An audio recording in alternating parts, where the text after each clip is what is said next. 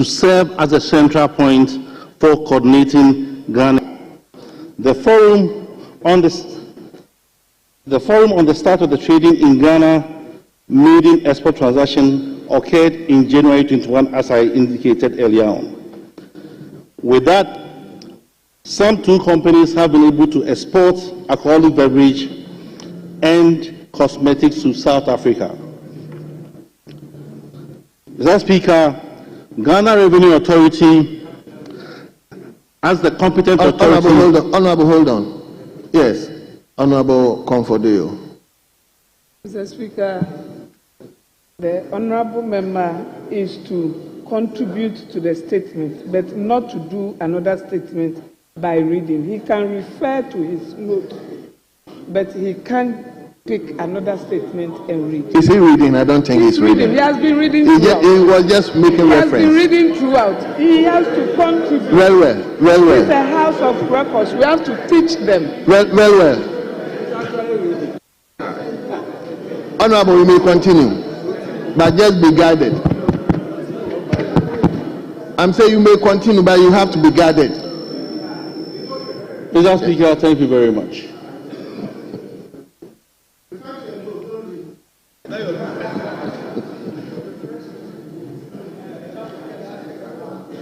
I was on the point that the Continental Free Trade has a national office, and that national office has already started doing some good work.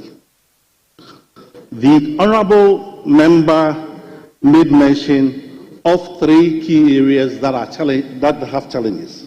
1 is the policy harmonization, 2, capacity building, and 3, infrastructure development. I am aware that in the issue of capacity building, the Ghana Export Promotion Authority and Ghana Export and Import Bank, Exim Bank, have coordinated with the national office to be able to train almost 3,162 of our Ghanaian SMEs. With that, almost 75 companies already have signed on as have been able to register to have country of origin. Mr. Speaker, on the issue of infrastructure, I am of the firm belief that to facilitate the continental free trade, one has to have a trade facilitation in the areas of the sea, of air, and land. As I speak to you now, Ghana do not have a carrier to be able to facilitate trade between us and other countries. This challenge, if it's resolved by the current administration, will help facilitate trade. Again, in the sub-region, there is a problem now to export or ship anything between the African countries, either from Ghana to Nigeria or to East Africa. Mr. Speaker, it will be helpful that the government of Ghana will invest in the area of sea by providing ships between us and other countries to facilitate trade on the sea. On the land, I am aware that there are road construction that are going on currently that is facilitating trade on the West Africa trade border. I am also aware that we are developing a railway on the eastern corridor between us and Burkina Faso. These are the ingredients that will help in the infrastructure that will promote the continental free trade that has over 1.3 billion of consumers or of population, and that will contribute to about 3.5 billion of goods and services. Thank you very much, Mr. Speaker. Thank you very much. Yes, let me come to the Minister Designate for Education. Mr. Speaker, thank you very much for the opportunity as I rise to comment on the statement ably made by the Member of Parliament for Medina, the Honorable Francis Xavier Sosu, on leadership in ensuring the full implementation of the African Continental Free Trade Agreement, AFTA. Mr. Speaker, whilst commending him, trades more with the rest of the world than with Africa. that is a statistical fact, that many African countries are happy doing trade and business with the rest of the world than with other African countries. Mr. Speaker, it is estimated that today trade in Africa is $192 billion US, a rise of about 7.26%, and this was captured in an ECA report. Mr. Speaker, part of the problem of poor trade is bad governance. It's only in Africa you still note and observe unconstitutional changes in government that does not give assurance to businesses and to investors. Our persistent poverty remains a major problem. Then, Mr. Speaker, Africa trade, just between Ghana and Nigeria here, Nigeria has what they call restricted products from Ghana which can enter Nigeria. We can't export those products into Nigeria. Yet they can. You can use the example of Dangote cement. It's in Ghana. Do we have our own cement factory in Nigeria? What is the possibility? So we need to do more, and that is why I agree with the maker of the statement that we need to build robust infrastructure. But that will require investment. Indeed, Mr. Speaker, whilst commending the maker of the statement, I can state on authority that one of the early decisions President Mahama will take will be a major revision of the GIPC Act, the Ghana Investment Promotion Council Act, to make it more business-friendly, more investor-friendly, and to meet his aspirations of running Ghana under a 24-hour economy in order that he can attract more foreign direct investment into our country. Mr. Speaker, as he stated in a paragraph, and Honorable Sosu, next time you learn, we can't get, your pages are not numbered, so next time make sure they are numbered. So, Mr. Speaker, I will labor referring you to the page and to the paragraph, but I'm sure it's in his second page. He talks about 54 African states, which has a population of 2 billion. That is how much gain we can make if we were to trade more. Look at cocoa. Its processing in Ghana and in Africa, what the value would be if we were to do value addition to our major export product. Mr. Speaker, how many flights? I heard him talking about aviation. How many flights do we have between Accra and Lagos or Abuja? Probably 1 or 2. And you are talking of African trade. It's only carrying passengers, not goods. Not goods, passengers. They are interested in some 1-2 hour flight from Abuja, Lagos to Nigeria. That is trade. But we should be talking of volumes. Mr. Speaker, I know my colleague who in his previous role housed AFTEC, the former chief executive of Ghana Exim, and he would note with satisfaction some of the good initiatives the previous NDC government did. The Ghana Exim Bank remains the only financial institution which does not depend on savings from customers. Because what we cleverly did, Mr. Speaker, was to charge 0.5% of CIF value. Mr. Speaker, I'm here to discuss it with the President. Even for the Women's Bank, we should be looking at that option. How do we finance a Women's Bank? The development bank we have in Ghana today, what is its state?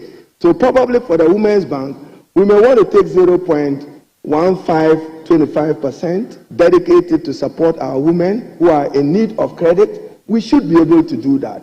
So, and proudly, Mr. Speaker, I conclude. Whilst commending President Mahama and President Nana Addo Dankwa Akufo-Addo, we should also commend the late Professor J.E.A. Mills.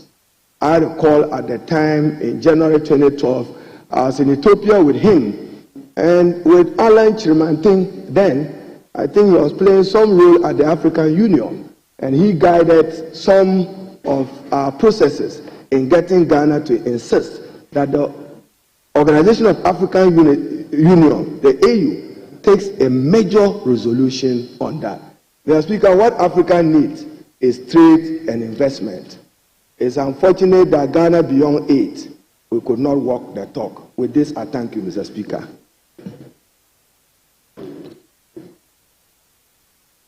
Yes, let me give it to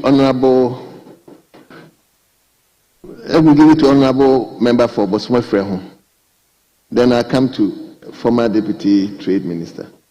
Bosmo Freho. Thank you, Mr. Speaker. I'm giving you the opportunity for the first time. Thank you. Mr. Speaker, I would like to commend my brother Xavier, Honorable Member for Medina constituency, for making such a statement. Mr. Speaker, before I comment on this statement, I would like to also commend some few and key personalities of Ghana who contributed greatly to ensuring that we have AFTA. Particularly to mention is Mr. Kwesi Kotey, the Deputy Commissioner of the African Union. Mr. Speaker, as a young man working in African Union as at that time, I noticed the key role he played in ensuring that Ghana win that bid to host AFTA, which has been one of the monumental achievements of the Nana Addo Dankwa Akufo-Addo administration. Mr. Speaker, from records, it's clear that the World Bank is envisaging about $450 billion growth in this area, in this AFTA. Minister Designate for Education mentioned the potential growth we are looking at in AFTA. Speaker, they went ahead to also mention that it is going to create a possible job for about 30 million African young men and women. Speaker, how do Ghana tend to benefit from this very huge, lucrative industry that we have set up, that we are hosting? Speaker, one, as he mentioned in his statement, harmonizing policies. Speaker, it is very important that for us to make maximum benefit of this after we are hosting. The Speaker, the 1D1F policy from the Nana Addo Dankwa Akufo-Addo government must be looked at again and empowered and strengthened. The Speaker, like example, we have one of the largest cabbage growing areas in my constituency, Bosome Freho. Speaker, I am urging the NDC government to come and build a cabbage processing plant in Bosome Freho so we can manufacture the cabbage and export to African countries or other places so we can make money and also employ some of the young men and women in Bosome Freho. Then maybe the 24 hours economy can also have some rippling effects there. The Speaker, having said this, there are some few challenges that is confronting the AFTA, which is clear. One, the Speaker, is conflict around the African area.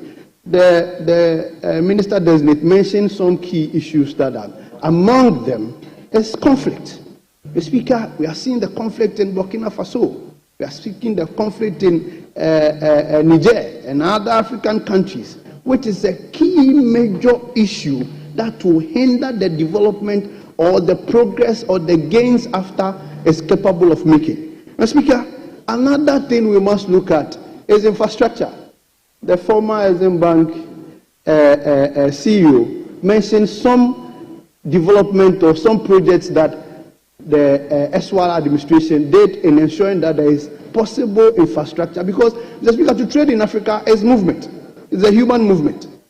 I mean, road, and all that. I will urge the government coming, I will urge the NDC government, Mr. Speaker, to ensure that all those projects that have been started be continued, so that the AFTA will make maximum impact of every benefit that we have. Mr. Speaker, the last one I would mention is the slow adaptation of technology. Mr. Speaker, the last time we were talking about the e-gate at the airport. Mr. Speaker, it is one of the major issues which major African countries are even having challenges adopting. Even to adopt the whole AFTA, it took many African countries not to even do. Why? Because they are having challenges in developing some of these technologies that can situate them comfortably in the AFTA zone. Speaker, when we are looking at making maximum impact in this AFTA area, let us encourage that our African partners and brothers would improve upon their technology so that we can synchronize them and make headway. Then Ghana, hosting it, can make maximum impact. Mr. Speaker, with these few words, I would like to thank you for the opportunity given. Thank you very much. Yes. Honorable member. Please, you mention your name and your constituency because... Thank you very much, Mr. Speaker. My name is Charles Bawadua. I'm the member for Bongo. Mr. Speaker, I want to thank you for giving me the opportunity to comment on the statement made by the Honorable Member for Medina. Mr. Speaker, I'm doing so on the authority of Order 93, Rules 4 and 5 of the standing orders of this House. Mr. Speaker, it appears to me that the African Continental Free Trade Agreement is one of those numerous treaties that African countries enter into and do not in fact intend to implement to their letter.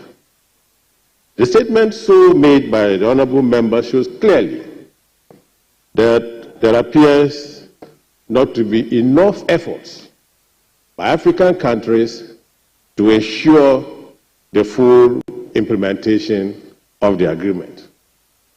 Mr. Speaker, the benefits available to Ghana and Africa in general upon the full implementation of the agreement. Mr. Speaker, we're talking of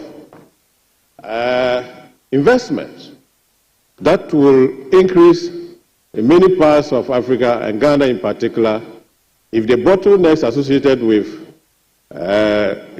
investments in many countries are ironed out, which is envisaged in the agreement signed by the African countries. Mr. Speaker, we talk also of trade, better jobs, and in better jobs, I'm not talking just about the number of jobs that Ghanaians and Africans stand to enjoy, but also the quality of those jobs. Mr. Speaker, in the manifesto of the NGC, which led to a massive victory by His Excellency Don Dramani Mahama, one of the key policies therein is the 24-hour economy, Mr. Speaker. Mr. Speaker, I'm sure that many of the youth of this country were influenced by the impact of the 24-hour economy that they stand to enjoy, and hence the way the youth voted. Mr. Speaker, the 24-hour economy will work effectively upon the full implementation of the African Continental Free Trade Agreement. Mr. Speaker, it will bring in foreign investors. It will bring in foreign companies who will establish in this country, thereby opening up the job market. Many youth will get jobs. And so I want to commend the Honorable Sesu for making this statement before the floor of this Parliament. And I want to urge the Honorable Ministers Designate for Trade and also the Minister Designate for Foreign Affairs to work hard to ensure that the agreement is fully implemented, not just in Ghana, but urge other countries to do so, so that we can enjoy the full effect of the agreement. Thank you very much, Mr. Speaker. Honorable Safeji, you spoke well, nobody interrupted. And you wanted to interrupt, you are fresher. The Speaker, I was coming on a point of order. Anyway, so honorable members, we are taking one more from each side, then we take the other statement. We have other equally important statements. So let me go to former Deputy Minister for Trade. Thank you very much, Mr. Speaker, for the opportunity. I rise to make a comment on a statement made by Honorable Susu. I guess this statement is a very important one for the simple reason that the African Continental Free Trade Area has come to stay, whether we like it or not. I have said it time and time again that this is a concept that has come to stay and we cannot do anything about it. The good news about this concept is that the African Continental Free Trade has become the biggest customs union in the world. It used to be the ACP Customs Union, but now it has taken over as the biggest customs union in the world. And for the records, out of the 55 African countries in Africa, 54 have signed the agreement and 46 have ratified the agreement, which means that it is going very well. The focus areas of this concept is in the area of agriculture, automotive industry, pharmaceutical industry, and logistics. The Speaker, the African Continental Free Trade Area is an opportunity for Africans for the first time to explore Africa so well and trade amongst ourselves to be able to generate good things from this concept. There are a lot of good opportunities available in the concept in the area of pharmaceuticals, especially and automotive industry. Ghana has taken a very good advantage of this great opportunity by moving well in our industrial sector, especially the automotive industrial sector. As I'm talking to you now, Ghana has 7 different assemblies operating in Ghana. They are operating 7 different vehicle assembly businesses in Ghana. Out of this, they are producing about 12 different brands of vehicles, which means that Ghana is ready to move to other parts of Africa to do business. I want to entreat Africa that this is a huge opportunity for us, especially not only for SMEs and those in the trade sector, but those in the industrial sector, that they should take advantage of this opportunity. I'm talking about the African Continental Free Trade Area, to get a lot of benefits, because the benefits inherent in this policy is enormous. And I guess it is time for Africa to take its rightful place in the world of business and trade, because we should not sit down for the white man to come back and exploit this opportunity and we sitting down aloof without doing anything about it. That's how come I said that it's an opportunity for us. I have also said somewhere on a lighter note that it's an opportunity for Africans to explore and exploit ourselves well, gain all the benefits from trading amongst ourselves. And so I see this statement by Honorable Sasu as a very important statement at this particular time, and I want to entreat every business person or any business person who is seriously into business and want to explore other countries to take advantage of this wonderful opportunity called the African Continental Free Trade. With these few words, Speaker, I thank you for attention. Thank you very much. We take the last person from leadership. Do you want to contribute? Let me give the freshman who is up on his feet. Is it Yo-Yo? Yo-Yo, let's hear you. Thank you, Mr. Speaker. This is Salas and Suleimana, the MP for Yo-Yo.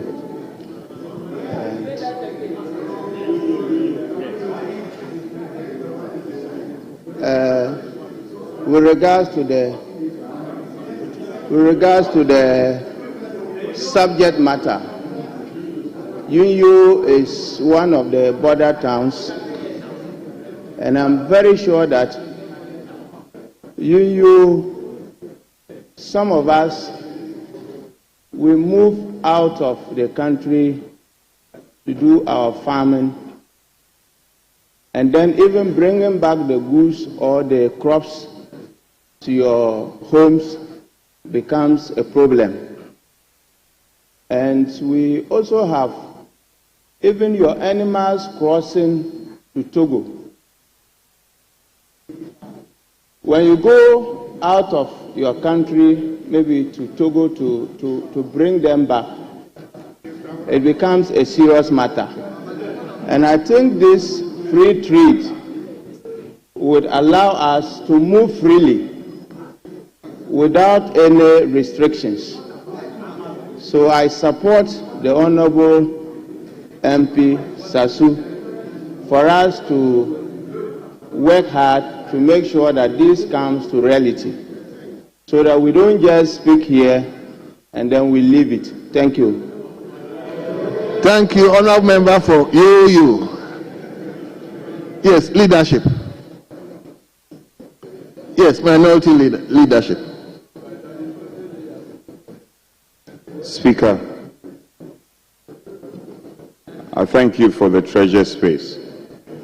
Let me commend my good friend, the Honourable Member for Medina, finding the need to present this statement to the House floor. Speaker, commentaries on the statement is encouraging, and it puts matters in proper context. The Honourable Ajensen, the Honourable Asafo-Ejei, and the Honourable Haruna Idrisu have spoken well to the statement, and other colleagues that I cannot exhaust. So there are a few things I find fundamental when we are talking about trade. It comes to me as an irony that even in the face of the Mediterranean Sea, serving as a fiscal gap between Africa and Europe,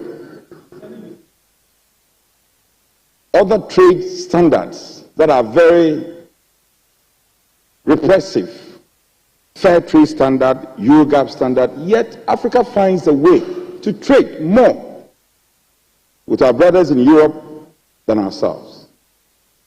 And for me, that is the fundamental issue that has to be dealt with. Speaker, the AFTA is the biggest trade agreement after WTO. However, many years down the line, we are still talking in terms of a narrative which is focused more on boardroom discussions.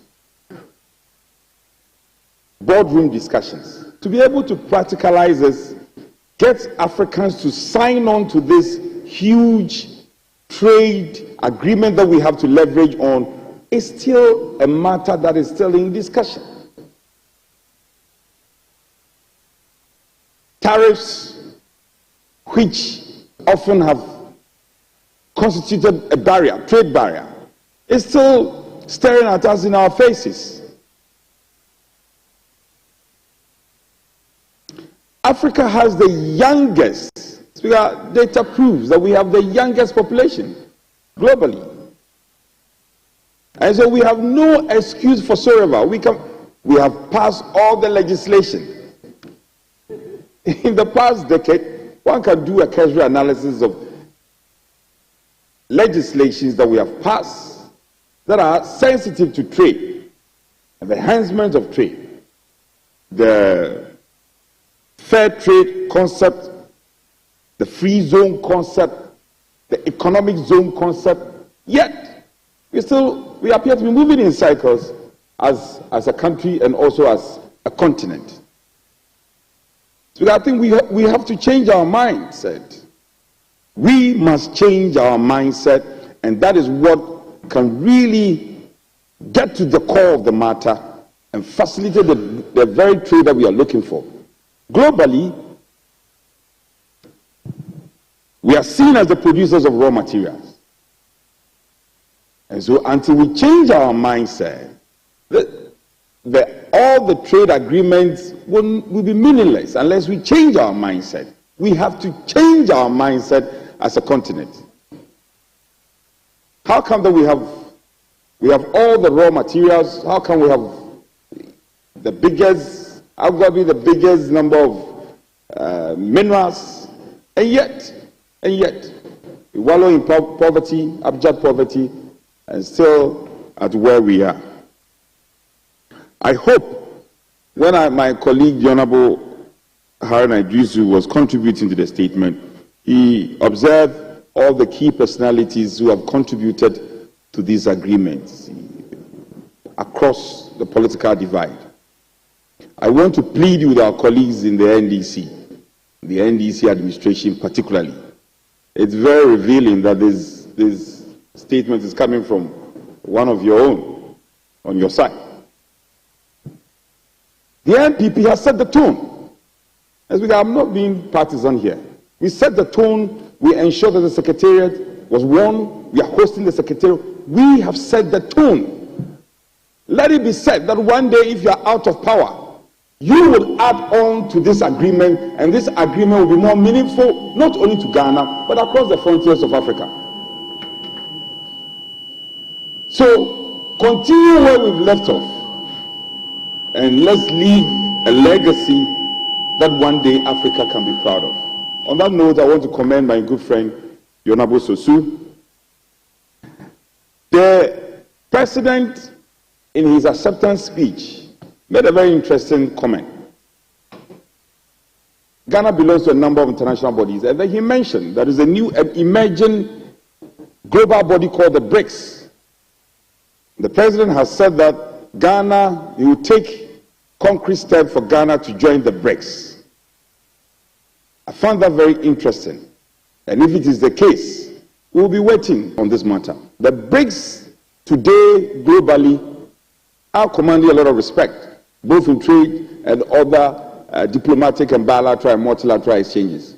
We hope that decision will be made and the dividends will come to benefit not just Ghana, but our neighbors, Côte d'Ivoire, Burkina Faso, and other sister countries who live in the West Africa region. So I thank you for the space granted. I'm grateful. Thank you very much, my majority leadership. Will you say something or should move on? Yes, Mr. Speaker.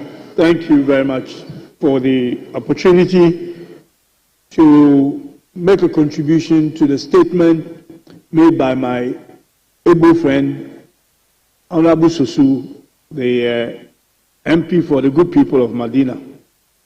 Mr. Speaker, the statement made today is actually one of the most important statements that has been made in this House, for the simple reason that the Continental Africa Free Trade, as leader rightly said, is actually the largest free trade area in the world today, in terms of population size,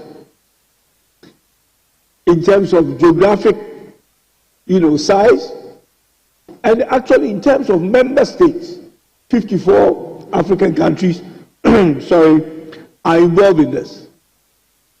Mr. Speaker, if we get ourselves involved properly, especially since we have the headquarters here, we should be leading the African continental free trade. Many a times we sign an agreement, but we don't put in place the preparation that we need to be able to benefit from this agreement. AGOA comes to mind. We have signed AGOA for almost about 20 years, but you can't actually give a tangible, result that we've got from that. So we shouldn't make a mistake with this one, because this can get us out of a lot of, serious problems that we have in this country. As many contributors, including the incoming education minister, said, it is usually, Mr. Speaker, that we do sign all these agreements, but we don't put the preparatory work in place. And we keep signing this agreement, and other countries take advantage of us because they make the preparation. If you look at the rush with which we ratified this agreement, and look at how others took their time to do it, because they were putting things in place to make sure that they take a full advantage of it. We have we have a secretariat now, as you rightly said. Government is a continuous process. You have a secretariat now. Now what we need to do is to be able to do the proper coordination and the implementation of this African Continental Free Trade, so we can take advantage of it. We are now involved in a pilot project, but what are the plans after this pilot project, to be able to take full advantage of it. We trade very little with ourselves as a continent. Most of our businesses are done in Europe, but we don't do much with ourselves. So we need to be able to ask ourselves questions and find out the reasons why we have these challenges or these bottlenecks to be able to take advantage of this African continental free trade. Recently, they have introduced a payment system which basically allows one country to be able to import from the other without necessarily going through dollars and foreign currencies. This, if it continues, will help us to be able to stabilize our currencies so that the depreciation that we are experiencing at the moment can actually be reduced. So hopefully we will take a full advantage of it. And I should thank the maker of the statement for this fantastic statement on the African continental free trade, which will become, or African countries will all be engulfed in this, at least for the next decade. Mr. Speaker, thank you very much. Thank you very much, Honorable Member. Let me now turn to Honorable Francis Asenso-Boakye.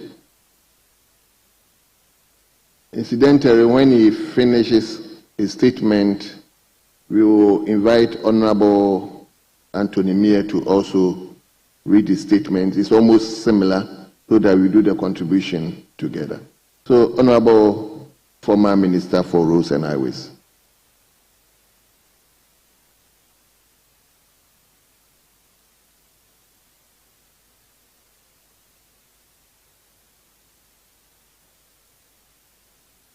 Thank you, Mr. Speaker, for the opportunity to address this August House on a matter of utmost national importance, the issue of posts on our democracy and our socio-economic development. Mr. Speaker, Ghana has, over the past 3 decades, distinguished itself as a beacon of democracy in Africa, conducting 9 peaceful elections under the Fourth Republic. Our legacy of peaceful transitions, adherence to the rule of law, and protection of civil liberties has rightly earned us a place of pride in the global community. To bolster this democratic tradition, the Presidential Transition Act 2012 Act 845 provides a framework for orderly transitions of power. The 2024 transition, Mr. Speaker, adhered to these provisions admirably with commendable cooperation between the outgone and the new administrations. Against this background, Mr. Speaker, there can be no justification for acts of hooliganism, lawlessness, and unauthorized takeovers of public offices witnessed in recent weeks.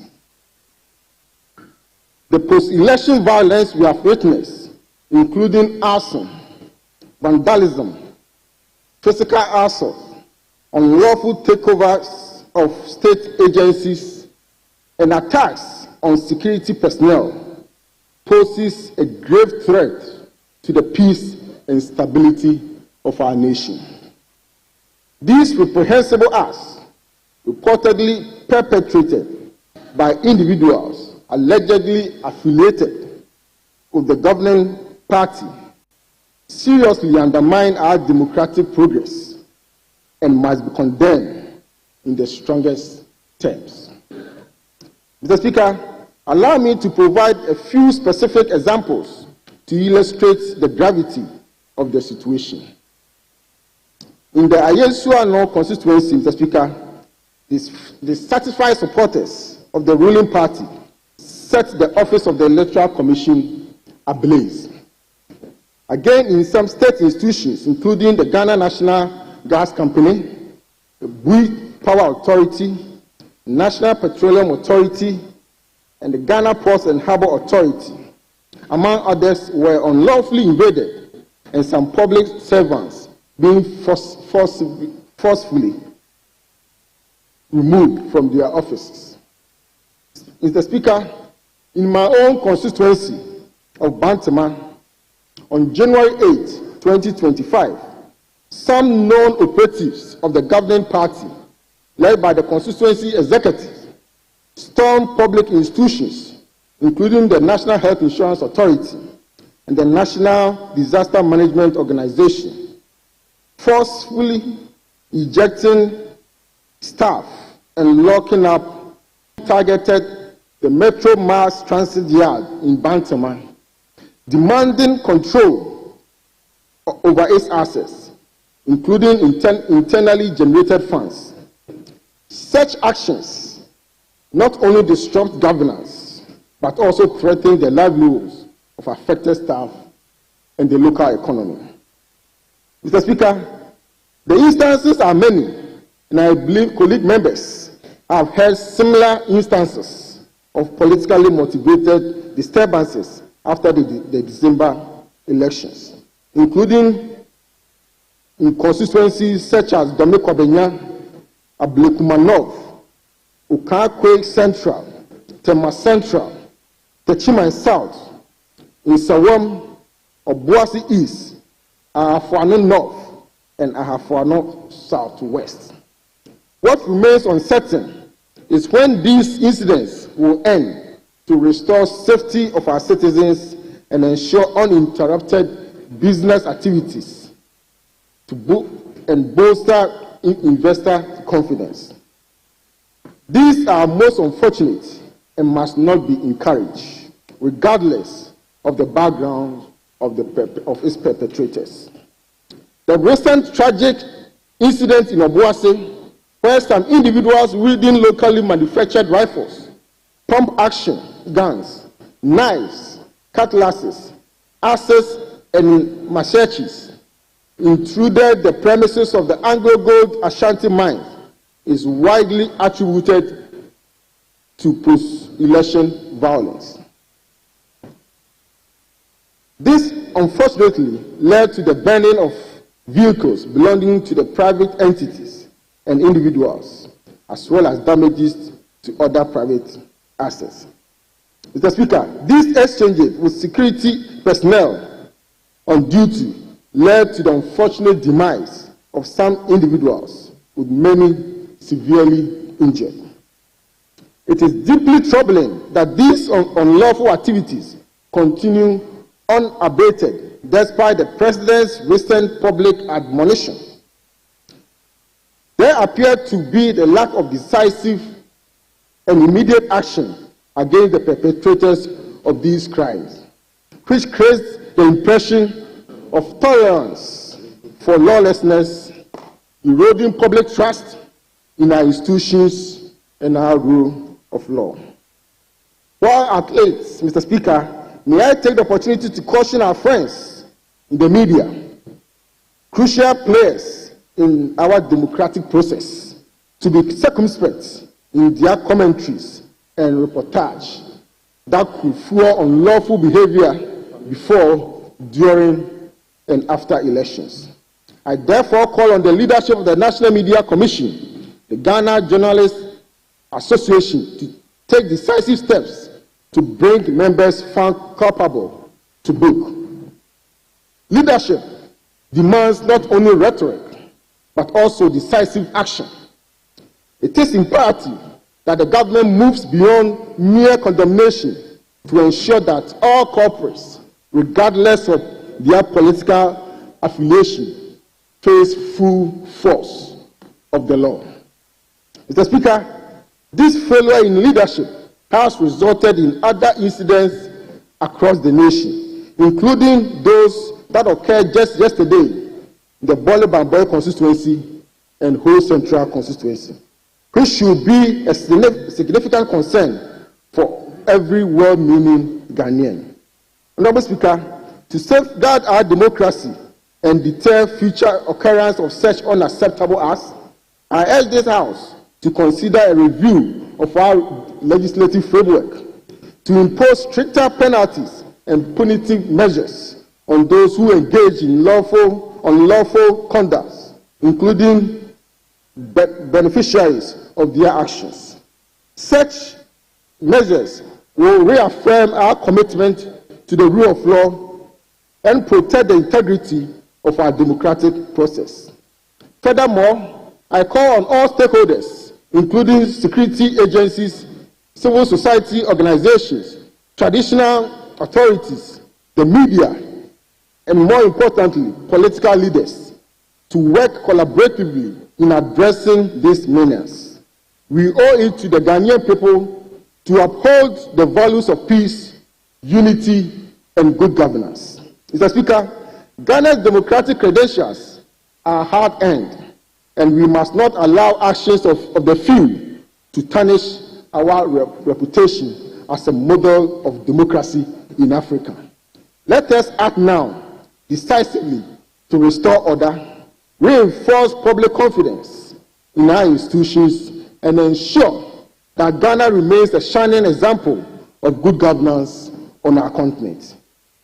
To the brave young men and women out there, please do not let yourself to be used by any politician or political party to commit acts that would jeopardize your future. You deserve so much more than being a tool for distraction. Think of the dreams you hold, the goals you have set, and the brighter future that lies ahead of you. Don't throw it all away for anyone's selfish agenda. Honorable Speaker, with these few remarks, I leave this esteemed House to deliberate further, trusting in the collective wisdom of the House to guide us towards a resolution that upholds the principle we cherish and serves the greater good of all. I thank you for your attention and commend this matter to your thoughtful consideration. Thank you, Mr. Speaker. Thank you very much. Mr. Speaker, considering the interest on this statement, leadership we have discussed, and if we could take 4 each, and then leadership to conclude, because the interest on this statement is so. Very well. I said I'm going to collaborate this statement with that one of Honorable Anthony Mie. So, Honorable Member for Odotobri, you may also read yours so that we discuss it together. Mr. Speaker, thank you for granting me the opportunity to address this House on an issue that strikes at the very heart of our democracy and national development, the disturbing trend of post-election vandalism and the imperative to hold the rule of law. Mr. Speaker, elections represent a sacred process in our democracy, a process through which the people of Ghana express their will and elect leaders to steer the affairs of our nation. It is a manifestation of the sovereignty of the people and the cornerstone of our constitutional framework. However, it is with great concern and disappointment that I highlight the unfortunate acts of violence and vandalism that have, over the time, marred the post-election period in our country. Mr. Speaker, the acts of vandalism and lawlessness often carried out by individuals or groups who feel aggrieved by election outcomes pose a serious threat to our democracy and social stability. From the destruction of public and private property to physical assaults on individuals, these incidents not only leave a trail of pain and loss, but also undermine the progress we have made as a democratic nation. We must remember that democracy is not just about casting votes. It is about respecting the process and accepting the outcomes, whether favorable or not. In a democratic system, disagreement is natural. but resorting to violence or destruction is not acceptable. Such actions do not resolve disputes, but rather exacerbate tension, deepen divisions, and jeopardize the peace and unity of our nation. Mr. Speaker, let us consider the far-reaching impacts of post-election vandalism, the physical damage to public infrastructure, such as offices of the Electoral Commission, places an undue burden on our already stretched national resources. For every building destroyed and property damaged, there are funds that have to be redirected from critical developmental projects to repair or rebuild. This is a cost our nation cannot afford, especially in these challenging economic times. Furthermore, the psychological impact on victims of these acts of vandalism cannot be overlooked. Citizens who lose their businesses, homes, or loved ones to such lawless behavior carry emotional scars that may never heal. We must also recognize the broader damage to our collective psyche as a nation. Every act of vandalism chips away at the trust citizens place in our democratic institutions and processes. Mr. Speaker, beyond the internal consequences, we must also consider how these incidents affect Ghana's image in the global stage. Ghana has long been lauded as a beacon of democracy and stability in Africa. However, these recent acts of post-election violence risk tarnishing that reputation and diminishing our standing as a model for other nations. We must not allow this to happen. Mr. Speaker, the rule of law is a bedrock of any functioning democracy. It ensures that all citizens, regardless of status or political affiliation, are subject to the same laws and held accountable for their actions. It is therefore imperative that we apply the law decisively and impartially to address the acts of post-election vandalism. Law enforcement agencies must be empowered and supported to investigate and prosecute individuals and groups responsible for these offenses. Mr. Speaker, impunity breeds further lawlessness. If perpetrators of vandalism are allowed to go unpunished, it sends a dangerous and wrong signal that such behavior is acceptable, emboldening others to follow suit. This vicious cycle must also be broken.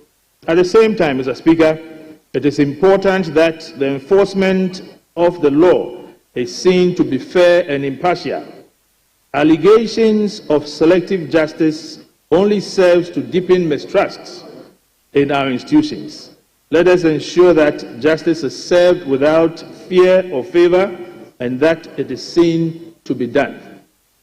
Mr. Speaker, whilst enforcement of the law is crucial, we must also recognize the role of political leadership in addressing this issue. Political parties and their leaders have a moral and civic duty to ensure that their supporters act responsibly and within the bounds of the law. Leadership, Mr. Speaker, is not just about winning elections. It is about setting right examples and fostering a culture of respect for democratic principles and processes. I urge all political leaders to take proactive steps to educate their supporters on the importance of peace and tolerance. They must condemn acts of vandalism in the strongest terms and demonstrate a commitment to resolving disputes through legal and peaceful means. This House is the representative of the people, must also lead by example, demonstrate unity in condemning violence and upholding the principles of democracy. Mr. Speaker, democracy is a collective effort and every citizen has a role to play in strengthening it. As citizens, we must embrace the idea that disagreement is a natural part of democratic life, but such disagreements must be expressed through lawful and constructive means. Ghana's constitution provides clear avenues for addressing electoral disputes, and these must be utilized instead of resorting to violence and destruction. I also call on civil society organizations, the media, faith-based organizations to continue their effort in promoting civic education and fostering dialogue. By educating citizens on their rights and responsibilities and by providing platform for constructive engagement, we can reduce the incidence of post-election violence and build a more peaceful society. Mr. Speaker, as I conclude, let us reflect on the words of our national anthem. I quote, "And help us to resist oppressors' rule with all our might forevermore." These words remind us of our collective responsibility to uphold the rule of law and protect the values of democracy that our fathers fought for so hard to achieve. Let us commit as a nation to reject all forms of post-election violence and vandalism.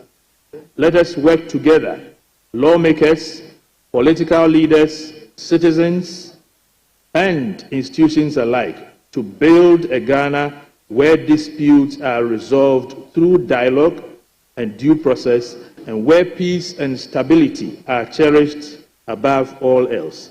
Mr. Speaker, Ghana stands at a crossroad. The path we choose will determine the legacy we leave for future generations. Let us choose the path of peace, unity, and respect for the rule of law. I am very grateful. Thank you very much. Honorable members, we have two statements and the contents are almost the same. So,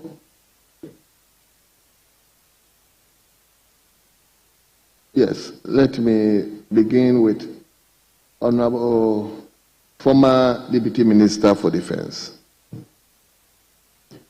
Thank you very much, Mr. Speaker. Thank you for the opportunity to contribute to the statement made by my two colleagues, the Honorable MP for Bantima and Bosome Ofreho. Mr. Speaker, Ghana indeed... I don't think it's Bosome Ofreho, it's Odotobri. Odotobri, sorry, Odotobri. Mr. Speaker, Ghana indeed is a beacon of democracy. We have gone through elections many times, and Ghana has had changes in its leadership many times. Ghana is a country of laws, and we are governed indeed by laws.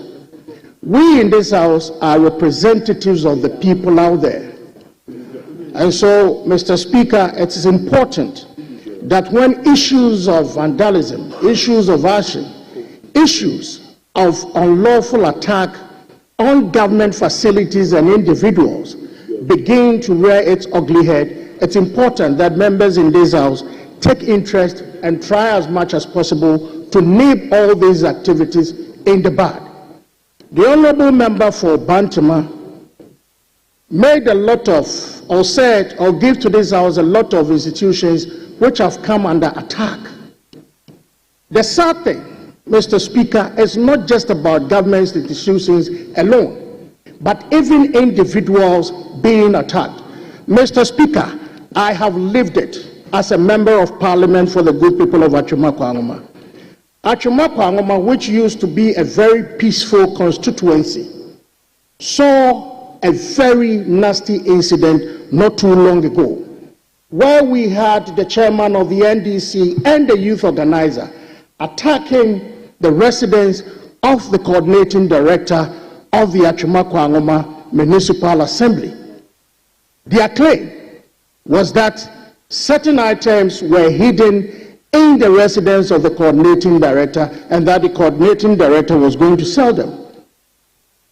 An allegation which was false. That did not end there, Mr. Speaker.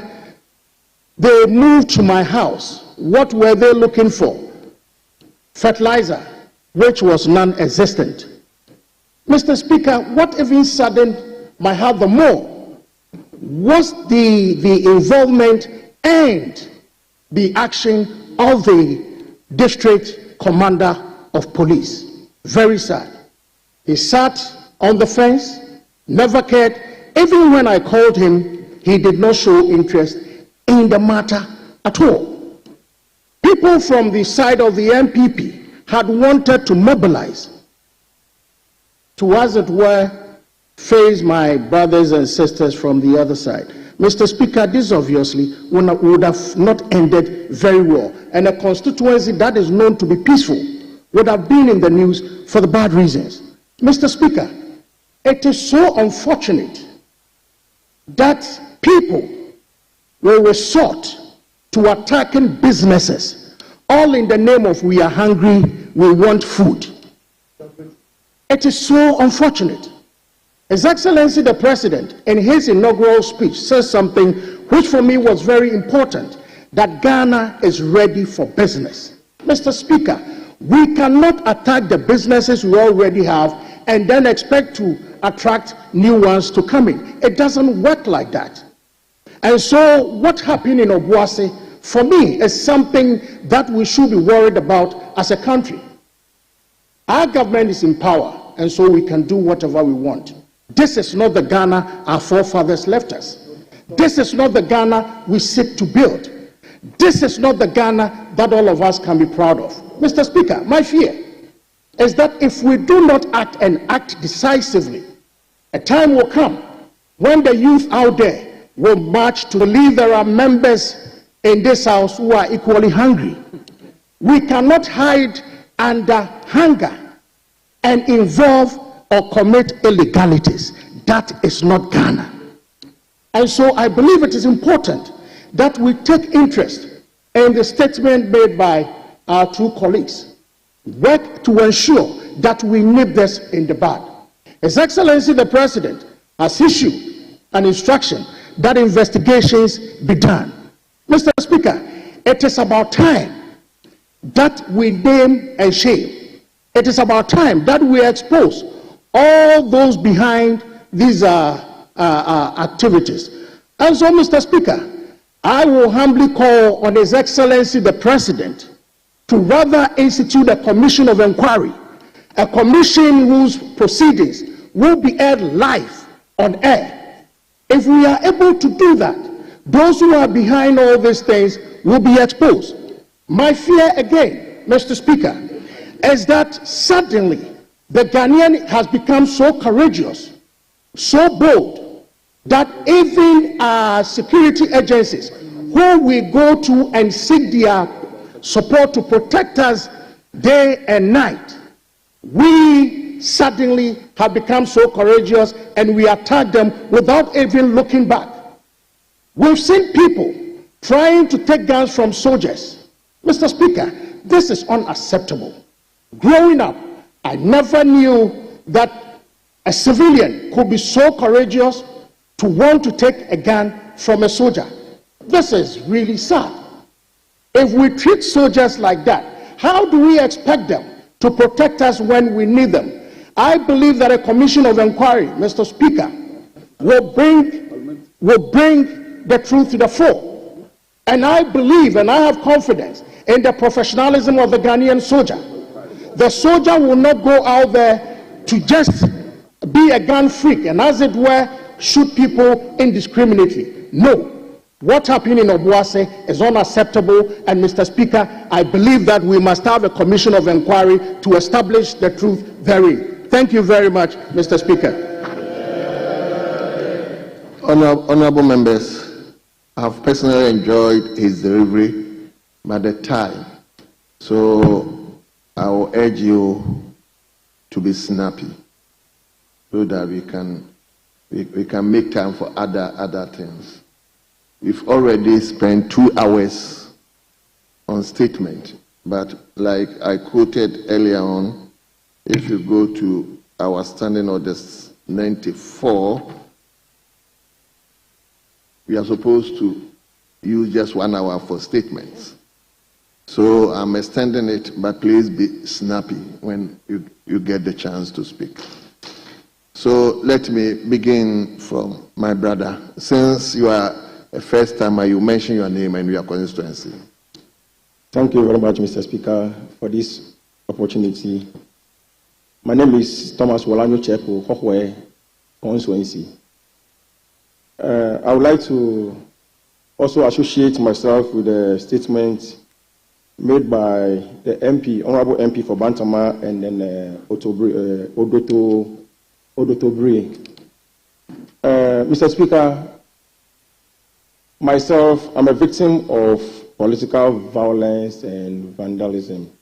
In 2020, I was the regional youth organizer for the Bono region. Before then, the entire Boronhafo.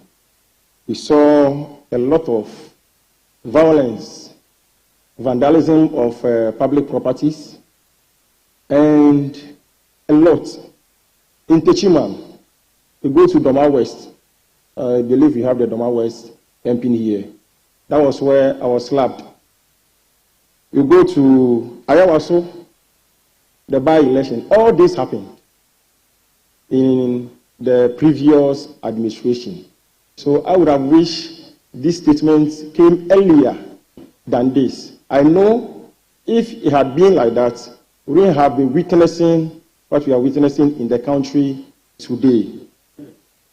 There was an invasion of a court in Kumasi because of the actions and the comments of some political players.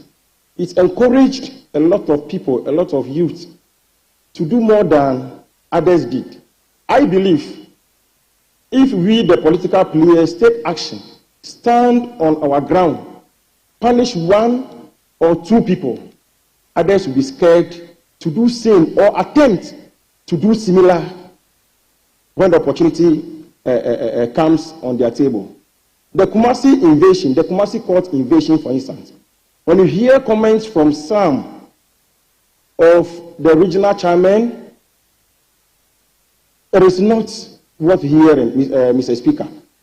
The fines given to them, a judge who was molested, who was beaten, dragged out of the courtroom, the fines that were given to these people, 1,500 to go and pay. There and there, the regional chairman paid the fines. That encouraged others.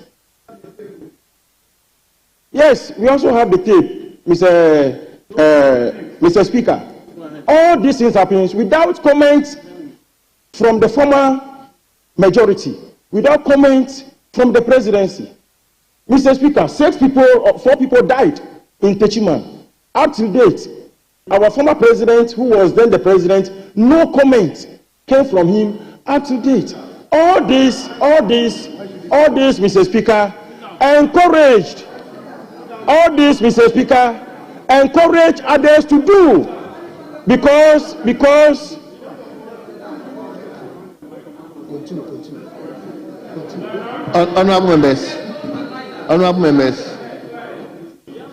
Honorable members, please, this is a comment. If you begin to come by way of point of order, I can tell you. So he will just conclude. You get the opportunity to speak. Or if you will still insist, let me hear you. Honorable member, hold on. Yes, member for Menchia South. I stand on order 92, 93, 93.5. 93.5. Keep quiet. Mr. Speaker has my time. Mr. Speaker, a member may comment on the statement for a period not exceeding 5 minutes, and the comment shall not provoke debate. Mr. Speaker, what he's doing is clearly provoking a debate, because it is going to compel us. Yes. Mr. Speaker, this is a house of record. Mr. Speaker, this is a house of record. He is traveling in a very dangerous waters. will have no choice but to respond to him. So, Mr. Speaker, very respectful, especially where some of the things he's saying cannot be substantiated or proven. Mr. Speaker, very respectfully, this is my humble submission. Honourable members, please, like he said, I'm not saying retract anything, but let's, because this thing going on, it affects everybody. It's affecting our democracy. So please, let's discuss it dispassionately. I know it has not just happened, it has happened before. But please, let us be candid and discuss it in such a way that it will send a very good message out there for whatever is going on to stop. So let's discuss it with this thing in mind. Please, let's conclude from your contribution. Thank you, Mr. Speaker. To conclude, as I've earlier said, I'm a victim, and I know how it feels to go through this. That is why I'm very passionate about it. But what I'm trying to conclude with is the political players sometimes are behind, not by ordering them to do what they've been doing, but their posture. An example was what I was giving. The president, who never commented on the Ayawaso West Wagon shooting, the Tichima killings, the Doma, Obuasi, and no, not Obuasi. Obuasi, the president issued a statement. Obuasi, the president issued a statement. But Mr. Speaker, all I would like to end with is to thank President Mahama for being bold and directing the IGP to investigate all what happened in 2020 so that the perpetrators will be punished. Mr. Speaker, this is the only way that will send a signal to those who want to do same in the future. Thank you, Mr. Speaker. Thank you. Yes. Let me come to Honorable Mustafa.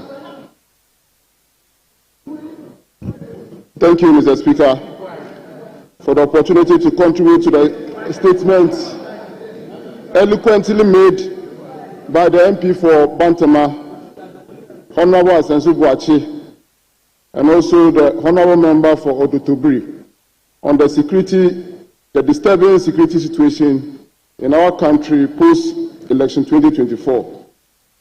Mr. Speaker, thanks to His Excellency the President of the Republic, the former President Nana Addo Dankwa Akufo-Addo, the 2024 election was conducted under conducive atmosphere of peace, leading to the declaration of President John Dramani Mahama as the winner. Prior to the official declaration of President Mahama as the winner, our former Vice President, Dr. Mahamudu Bawumia, graciously conceded defeat and called on his main opponent, President Mahama, and conceded. This remarkable move by the former Vice President explained that it was to avert any tension and also to cement the peaceful electoral process, which has received commendation from international organizations, global leaders, and also civil societies organizations. However, Mr. Speaker, notwithstanding all these peaceful overtures and peaceful transfer of power, Ghana continued to be threatened by some violent supporters of the NDC across the country. These hooligans have unleashed unrestrained mayhem on public institutions, innocent Ghanaians, chasing them out of their offices in many instances.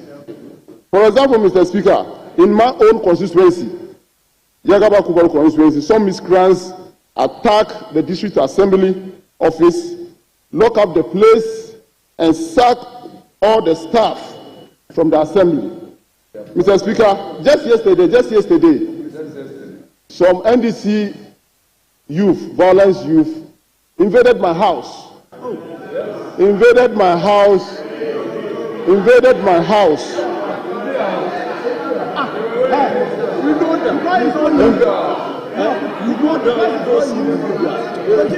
Mr. Speaker, invaded my house to just because honorable members. Ugly scene. Honorable, hold on.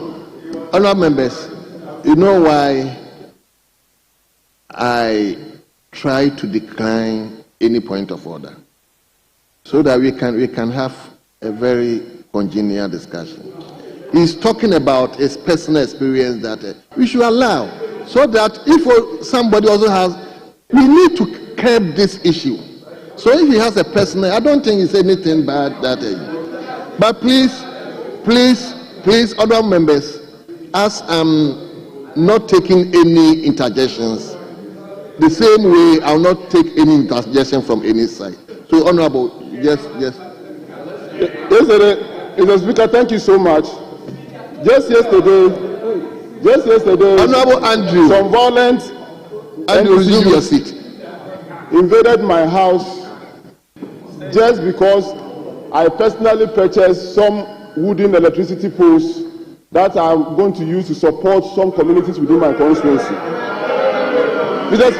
Speaker, such ugly scenes have been repeated in many institutions, including security installations and also the Baba Yara Sports Stadium. Mr. Speaker, the Baba Yara Sports Stadium in Kumasi is where the National Sports Authority staff operate from. And immediately after the election, we saw some violent youth going to the sports stadium, sacking all the staff of the National Sports Authority staff from their office. Mr. Speaker, the staff were all sacked in the full glare of the security of this country. The Ghana police watched this happen without any arrest. Mr. Speaker, this act of violence is a serious threat to the peace of our country, and it is worrying the government, the new government. The NDC has not been able to take any action to restrain their supporters from this act of violence across the country. Mr. Speaker, His Excellency President Nana Addo Dankwa Akufo-Addo handed over a peaceful country to President John Dramani Mahama. He handed over a peaceful country to President John Dramani Mahama, and he has to take steps to ensure that if he cannot improve on the security situation, he should try and maintain what His Excellency Nana Addo Dankwa Akufo-Addo handed over to him. I want to therefore call on His Excellency the President to prioritize the security situation of our country by taking action over the increase in violence and lawlessness being displayed by his party members.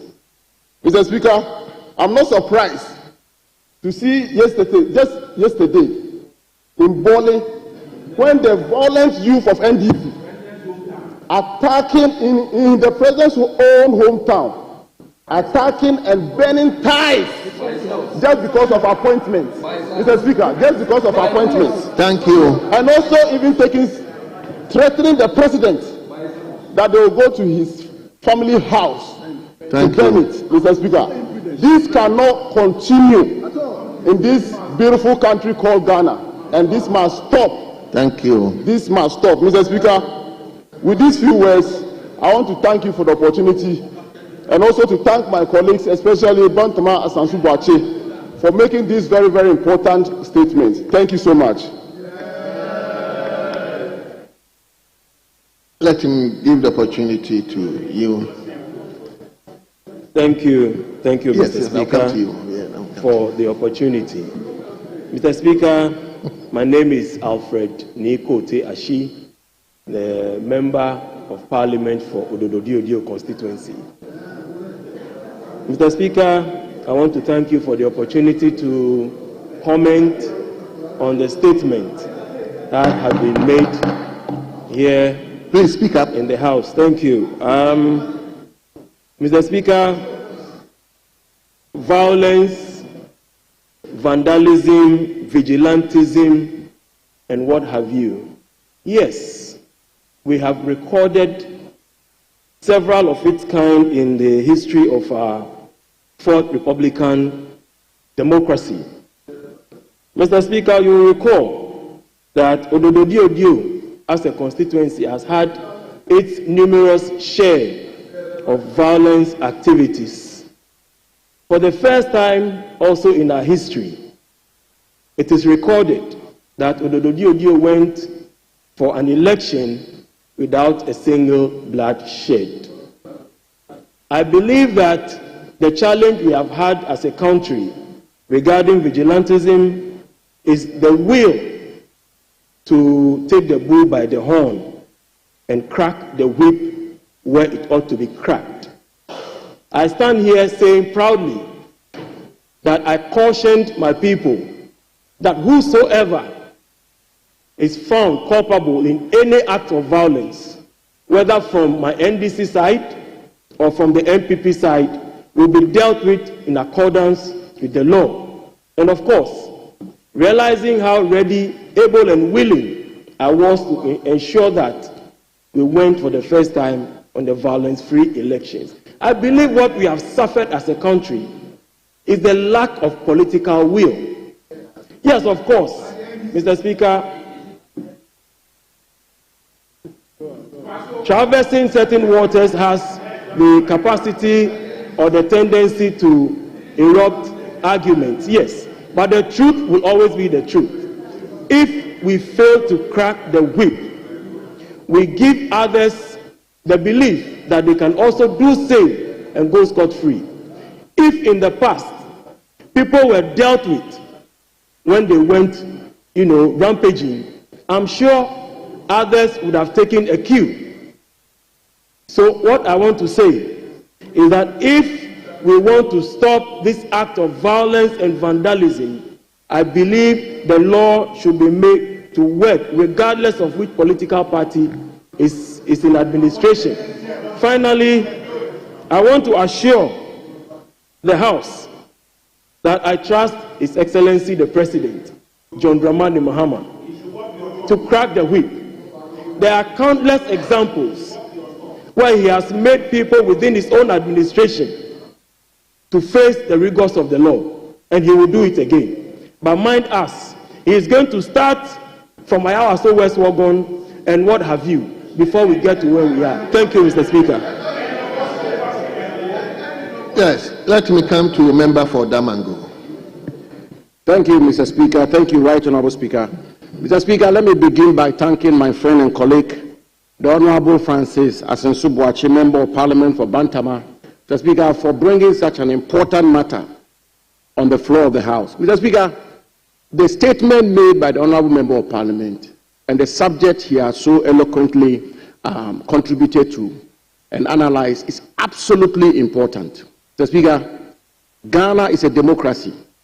And indeed, Mr. Speaker, within this fourth Republican dispensation, we have had several changes of government through the ballot box. And Mr. Speaker, it is important that our democracy grows, and it's absolutely important that we do not have a situation where it is almost been unanimously agreed upon by the pundits that this probably is turning out to be one of the worst transitions, where we've had so many post-election violence. Mr. Speaker, it's been reported that even civil servants, private citizens in their homes, who had been mistaken by political thugs as MPP ex-ministers have been attacked in this country. And Mr. Speaker, this is a very, very important matter. Mr. Speaker, if I'm to be blunt, the country is in a state of fear. People are very, very afraid. And indeed, its consequences on investor confidence. Mr. Speaker, imagine a country in which the sitting president himself is being threatened. So we also saw the video where His Excellency President Mahama is being threatened by his own constituents. Some of us are beginning to evaluate how we can come in, how we can restore calm in those parts of the country. How will an investor come into the country? So I want to underscore the point, but the statement made, Mr. Speaker, is one that all and sundry must come on board. In my own constituency of Damango, Mr. Speaker, on the 8th of December, after an election had been conducted peacefully, free and fair, transparent elections, just before collation, political party, hoodlums and thugs attacked the offices of the Electoral Commission, burned the office of the Electoral Commission down, Mr. Speaker, put Damango under siege, and in the process, my own friend, Mr. Mukaila Ziblim of Zongo Longbonto electoral area, was killed. He lost his life, Mr. Speaker. And I don't want to give other examples. Anglo Gold Ashanti, a company in which when I had the privilege of being Minister for Lands and Mines, we worked so hard to convince them and incentivize them to invest more than $1 billion United States dollars in Obuasi to build Anglo Gold Ashanti. Mr. Speaker, we also happening in Obuasi. Today, Ghana has hit the unprecedented output of gold of 6 million ounces. So, Speaker, I still have my contacts within the mining industry. Chief executives are scared. Workers in mining companies are scared. Investors are scared. Today, the mining in Durban is about to begin in South Africa. And the report that is being made of our country in South Africa is that Ghana is not a safe investment destination for mining because mining concessions are being attacked blatantly. Mr. Speaker, I want to make the point. Mr. Speaker, I want to make the point that all of us must speak against it. The minority must speak against it. Mr. Speaker, the majority must speak against it. Religious leaders must speak against it. Civil society leaders must speak against it. Ordinary citizens must speak against it. Mr. Speaker, when Ghana is safe, secured, and protected, it is safe, secured, and protected for all Ghanaians, not MPP Ghanaians, not NDC Ghanaians. Mr. Speaker, under the first government of the Fourth Republic under President Rawlings, we never saw this. Mr. Speaker, the second government of President Kufuor, Ghanaians never saw this. Mr. Speaker, under President Atame's, Ghanaians never saw this. Mr. Speaker, indeed, under President Mohammed's first government, we didn't see this. President Akufo-Addo's government, we did not see this. Mr. Speaker, Mr. Speaker, Mr. Speaker, Mr. Speaker, Mr. Speaker, Mr. Speaker, Mr. Speaker, Mr. Speaker, I want to conclude.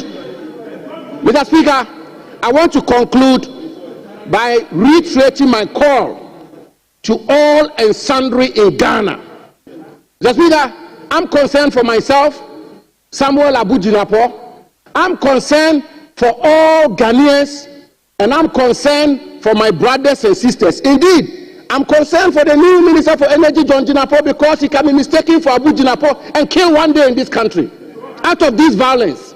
So all and sundry should come on board for us to keep this country safe. Let us help President Mahama to secure this country. And I conclude, Mr. Speaker, by referring this House to the German theologian, Mr. Speaker, Martin Niemöller, during the Nazi regime, when he uttered a famous quote, which has been most often cited. And Mr. Speaker, with your permission, I quote. The German theologian Martin Niemöller said, and I quote, "First they came for the communists, and I did not speak out. Then they came for the socialists, and I did not speak out. Then they came for the trade unionists, and I did not speak out. Then they came for the Jews, and I did not speak out. And when they came for me, there was no one left to speak out." End quote. Mr. Speaker, I thank you for your attention.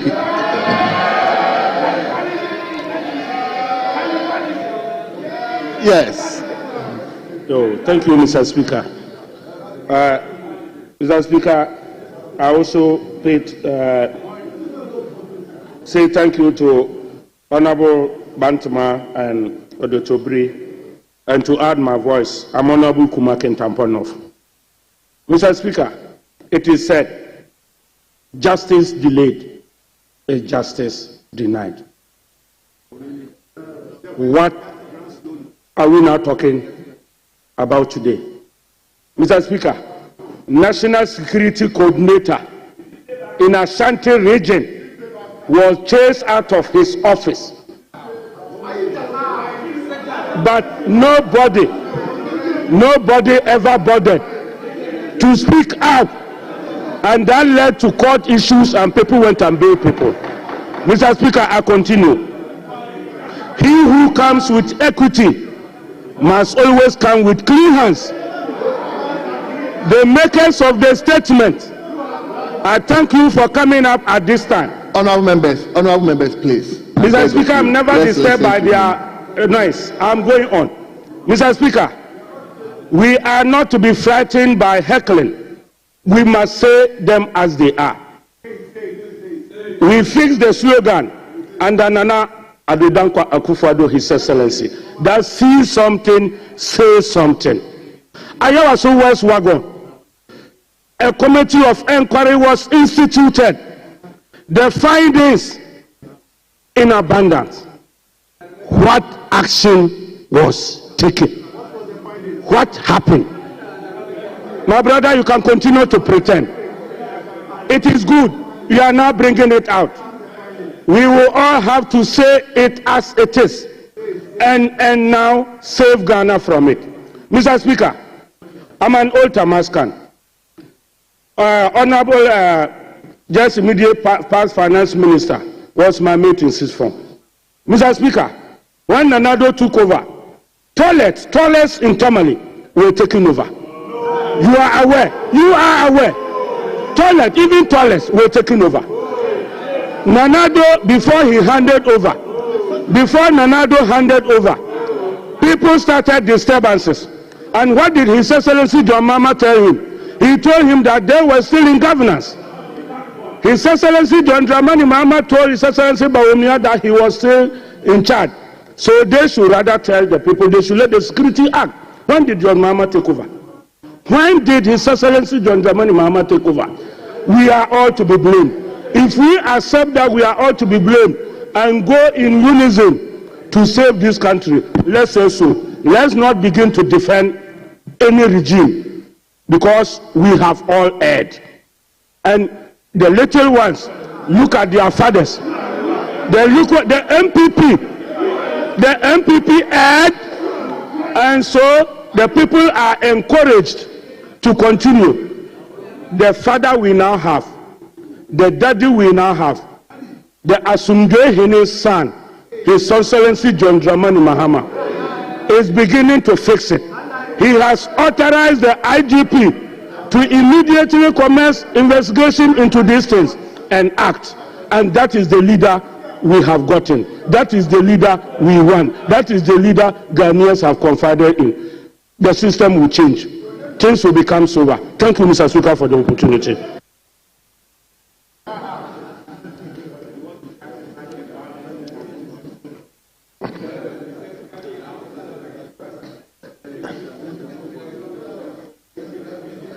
Honorable Ntim Fojo. Unfortunately, I've been given a list to go by. Thank you, Honorable Speaker, for giving me the opportunity to contribute to this very important statement that is of utmost concern to all of us.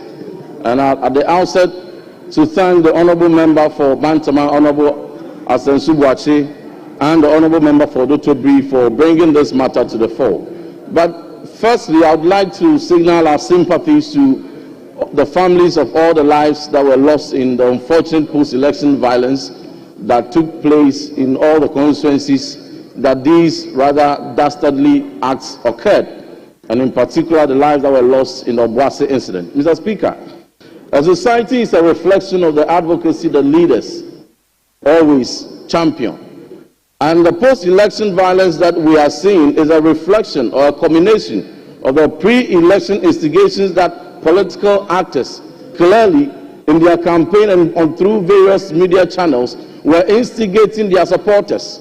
So they were emboldened right from the time of campaign. And it is so unfortunate that anybody would want to attempt to equalize under which regime or under which transition that how many numbers of incidents of post-election violence took part. We should not be proud as political parties to be recounting the number of incidents of post-election violence, the number of offices that were burnt down, the number of lives that were lost in various regimes, and to recount which one did outdid the other. It is most shameful for us to go on that trajectory.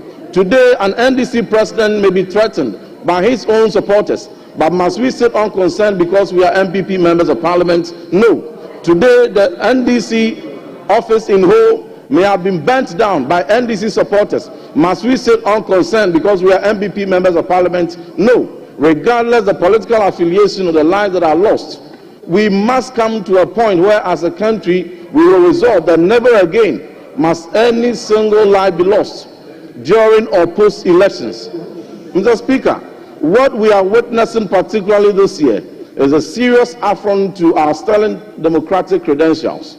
One Samuel Huntington, a famous American political scientist, one of his proteges is the famous Fareed Zakaria, proceeded that for a country to be deemed as their democratic credentials, to be deemed as consolidating, they must pass the 2 turnover test.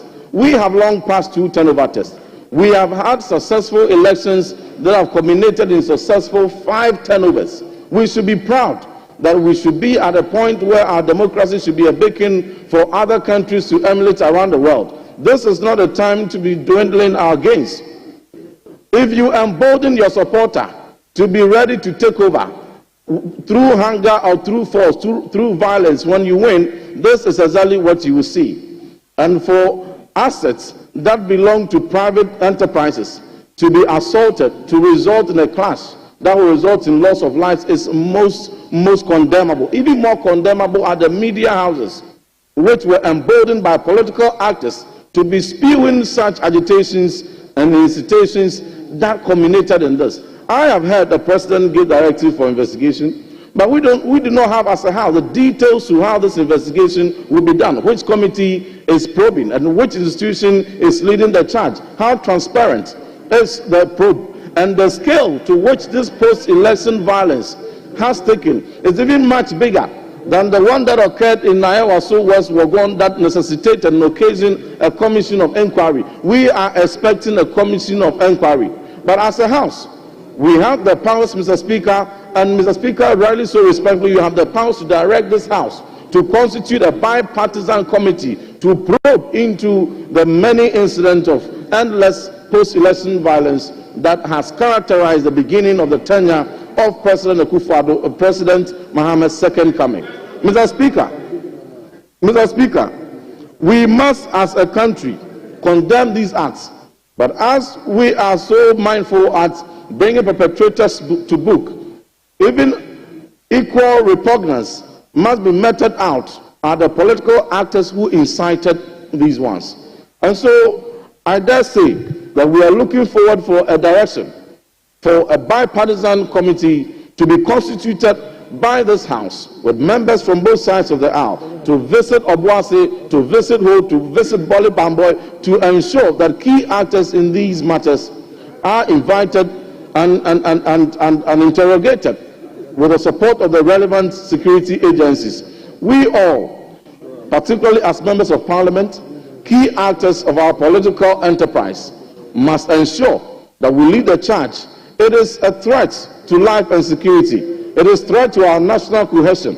And we cannot sit down for a time when this nation will be taken over by political actors who have won elections and who, through various acts of violences, will be dictating who must go into an office and who must be booted out of office. Mr. Speaker, the ultimate beneficiaries of these atrocities are the people who are going to be the next CEOs and the next ministers and the next so whatnots. Because in most cases, oftentimes, the perpetrators who will be wielding all forms of weapons at various state institutions may not even have the qualification to become the next head of that institution. And therefore, beneficiaries to such acts must also bow down their heads in shame and ensure that we lead the charge, we walk the talk, that as a peaceful country, we will have peaceful pre-elections and post-elections to consolidate our democratic credentials. I thank you very much. Honorable, let me give it to Andrew. Honorable Professor Ezebayu, please let me give it to Andy, then I'll come to leadership. Thank you so much, Mr. Speaker. At long last, I have been given the opportunity. Let me appreciate you for this opportunity. Mr. Speaker, I don't intend to be on my feet for long, but just to let my colleagues on the other side know that Ghanaians are very, very discerning. Ghanaians have their eyes wide open. Ghanaians have their ears on the ground. And Ghanaians know the difference between the MPP and the NDC. And so no matter what they say, Ghanaians know that if we talk about violence, it is the MPP. Mr. Speaker, even the demeanor of the former president, Akufo-Addo, the demeanor, his appearance, his attitude, and that of President John Mahama, the differences are clear. Mr. Speaker, the Honorable Yusuf, former minister responsible for sports, said a group of NDC youth went to his house and vandalized his light posts or whatever. Mr. Speaker, let me make him aware that those light posts, I'm sure the young guys who went to his house, some of them are MPP guys who believe that those posts,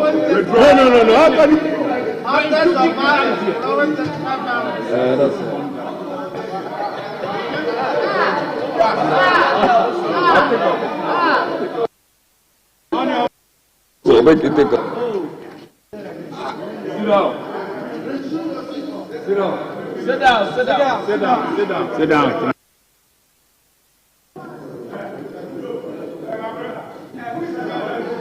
Let Mr. Speaker give. Honorable members, please. We said the gun rules. So that is why I didn't allow any interjection. No, Minister, honorable members. I mean, when you were talking, nobody interjected. That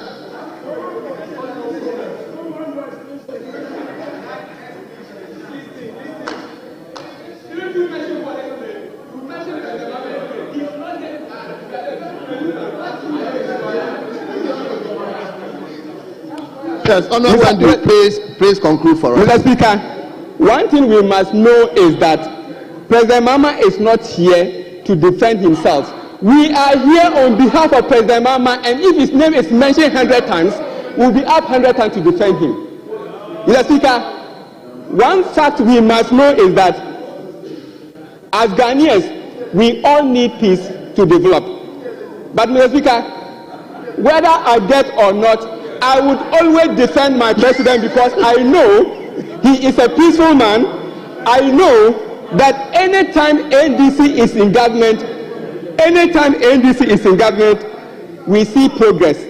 Anytime NDC is in government, we see peace.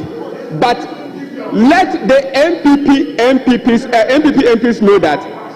Let the MPs know that what happened in Bole and what happened in Ho has nothing to do with post-election violence. Have they soon forgotten? That 8 people died in Techma South? Have they forgotten? Have they still forgotten about the West Wagon issue? If you are talking about violence, you do not have any right to stand in the chamber and equate the violence of MPP to those of the NDC. Mr. Speaker, like I said, I will not keep long on my feet, but let me conclude by telling the MPP MPs that no matter what they say, no matter the kind of smell that they want to put on President Mahama is as clean, President Mahama is as pure, President Mahama is one of the gentlemen that we can all. It's a fact. Let me conclude by advising my younger brother let me conclude by advising my younger brother Abu Jinapo. Honorable Abu Jinapo, one thing we must know is that what happened in Obuasi is not political. Today you want to take advantage of whatever, it's not political. Today you want to take advantage because you have lost elections. You want to take advantage of that and let it sound as if it is the MDC that pushed the youth that way. Thank you, Honorable. Thank you, Mr. Speaker. But whatever they have planned will not wash. They can disturb, but we will have government business go on. Thank you. Now leadership. Thank you.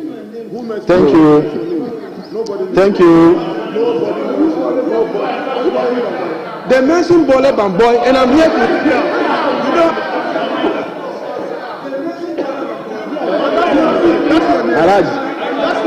No. Honorable member for Bole Bamboy, please. Bole, please. I beg of you. Whatever you want, share with your leadership. No. Share with your leadership. Yes, honorable minority leadership. Thank you, Mr. Speaker, for the opportunity to contribute on the statement post-election violence and its impact on our democracy and socio-economic development by the Honorable Member of Parliament for Bantama. Mr. Speaker, post-election violence should not be encouraged by anyone. Post-election violence should be condemned by all. Post-election violence should not be entertained by us. Mr. Speaker, and if you observe, you see the trend of the contribution. Mr. Speaker, you see that our colleagues from the other side is rather encouraging post-election violence. Their comments indicate and suggest that they have no problem with the violence that is going on in our country. About 4 of them on their feet, none of them have condemned the post-election violence. They rather seek to justify, they rather seek to support, they rather seek to encourage that there is nothing wrong with what is going on. Mr. Speaker, if political parties from 92, we've changed hands, both NDC and PP, in 2000, in 2008, in 2016, and in 2024. It should not be the case that wherever there is a change of power from one political party to the other, we should experience election violence. It should not be the case. But our colleagues, from the way and their posture, is suggesting that whatever is going on in the country, they are in full support of it. And it is normal, and it is something they are encouraging their people to do. Mr. Speaker, I want to call on the youth of this country. That as a matter of fact and agency, if they are encouraged by any political player or any political leader to involve or get involved in this act, must stop immediately. They should rather seek to get jobs. They must rather seek to be able to place themselves very well and look for opportunity. Mr. Speaker, the youth of the NDC will not be the only people who are disappointed. In this house so far, President Mahama have made 42 appointments, ministerial appointments. Out of that, only 28 are MPs, 11 with 18 from his 60. And you are 183, including the independent, to make 187. So you will not be the only people who will be disappointed, the NDC youth. Your MPs will equally be disappointed. They will equally be disappointed. Over 120 of them will be disappointed. Mr.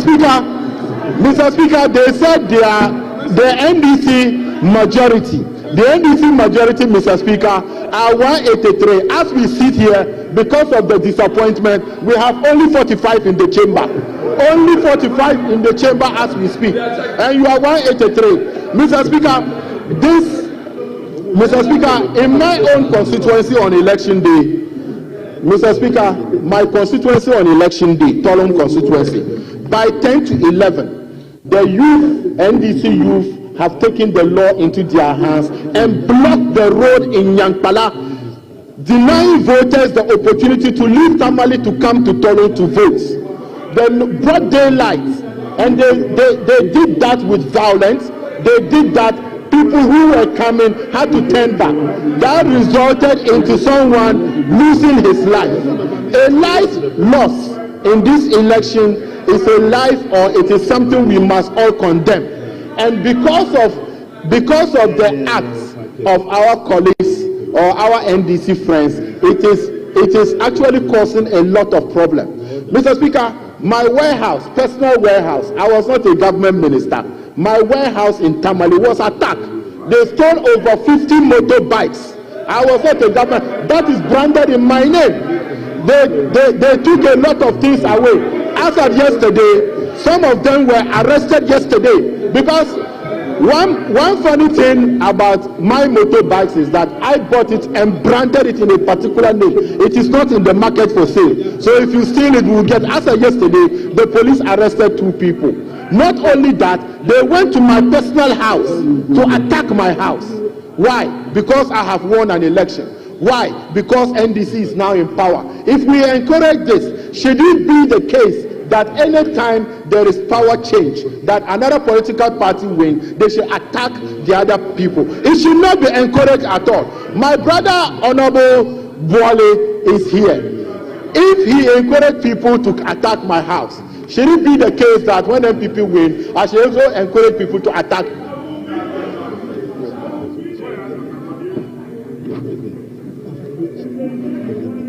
Mr. Speaker, it must stop. My brother Boale is itching to make me invite him into the debate, and which I am very careful not to do. Mr. Speaker, I want to join my colleagues in conclusion. I want to join my colleagues to condemn this act. I want to join my colleagues to also say that, Speaker, the statement must not stop here. I urge you for us to form a committee, bipartisan committee of parliament, because the directive of the president is to the effect that they should investigate from 2020 and 2024. And 2020 and 2024 was not the only election where there was violence or people lost their life. And for that matter, Mr. Speaker, I rest my comment here, and then also pray that my colleagues join us to condemn this and call their supporters to order. This will not help anyone. I thank you, Mr. Speaker. Thank you so much. Honourable members, is majority leadership yielding to honourable member for no? No. If you are yielding to him, I don't have any problem. Speaker, they mentioned his name when he was not here. Honourable member, you know I wouldn't accede to that. I'm saying if you are yielding the leadership position to him, fine, I'll give him the position. But other than that, Mr. Speaker, let him defend himself. Then I speak as a leader. No. You are yielding the position to him. Mr. Speaker, they mentioned his name. Honourable Comfort. His name was mentioned when he was not Honourable here. Comfort, I have said I am not granting that application. You either talk as a leader or you yield it to him. Mr. Speaker, let him defend his name so that I speak as a leader. Honourable leader, please, you don't need to fight over this. I have already ruled. I'm saying no. You either speak as a leader or you yield it to him. Thank you, Mr. Speaker, to add my voice to the statement made on the floor of Parliament about violence. Mr. Speaker, I just want you to put a mirror here for each and everyone to go and look into the mirror to see who are the perpetrators when it comes to violence. Mr. Speaker, violence started in this country when we were going to do the Etiwa by-elections. That is where we saw serious violence in this country. Etiwa Yechire Bibi Kakra, we have 2 balls. All die, be die. That is what sparked the youth at that time, and they realized that, look, let us all involve ourselves in this violence, because even our leaders are examples. Mr. Speaker, when MPP won the elections, we were all in Ghana here. Never in the history of Ghana, when His Excellency President Rawlings left power and we handed over to President Kufuor, there was no violence. When Atta Mills came and we handed over to His Excellency John Dramani Mahama, there was no violence. There was peace in this country. Journalists can go about, do their work, TV stations, attack government. Nobody chased and arrest them. So the former president, Nana Akufo-Addo, came to power, and his time was the time that we experienced. Even speaking alone is something that they will come after you, and every man in this country turned to a woman. All leaders speak that they stop speaking.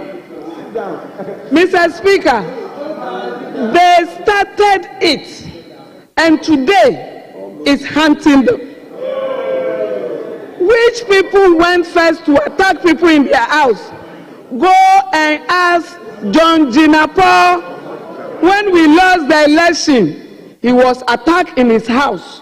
Go and ask Dr. Yine, he was attacked in his house. Go and ask the former ministers, they were attacked in their house. So it was leadership by example. What you taught them is what they are doing now. So if today there is a new government who is against violence, now I can tell you boldly that now journalists can criticize free of charge and they will not be held responsible. Journalists can talk now and nobody will change them, because we have a peaceful president. We have somebody who is always preaching peace and giving freedom to people to speak their mind. Mr. Speaker, today MPP is complaining. They are complaining. They have forgotten. Even they went to the court to even pull a judge from her seat. They even went to court. We saw the videos, chasing people left and right. Ayawasu West Wagon, have they forgotten? We are all guilty when it comes to violence. As politicians, we are all guilty when it comes to violence. So let's change our character now. Mr. Speaker, all of us are guilty. Conclude. No. All of us are guilty. So we should all change the way we will do our things. Leadership by example. His Excellency John Dramani has come, and they will see how peaceful Ghana will be. They will see how peaceful elders in our community can come out and criticize government without attack. They will see how peaceful youth will be on the street and they won't be attacked. So they should learn from His Excellency John Dramani Mahama and make sure we have a peaceful Ghana. Mr. Speaker, thank you for the opportunity, and Mr. Speaker, my colleague will conclude for me. Thank you. Yes, I'm very grateful honorable for the members. Opportunity to conclude. Honorable members, no. Honorable members.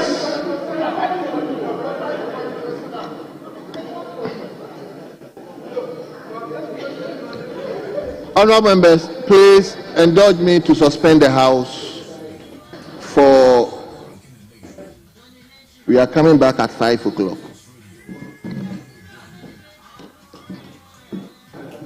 The House stands suspended.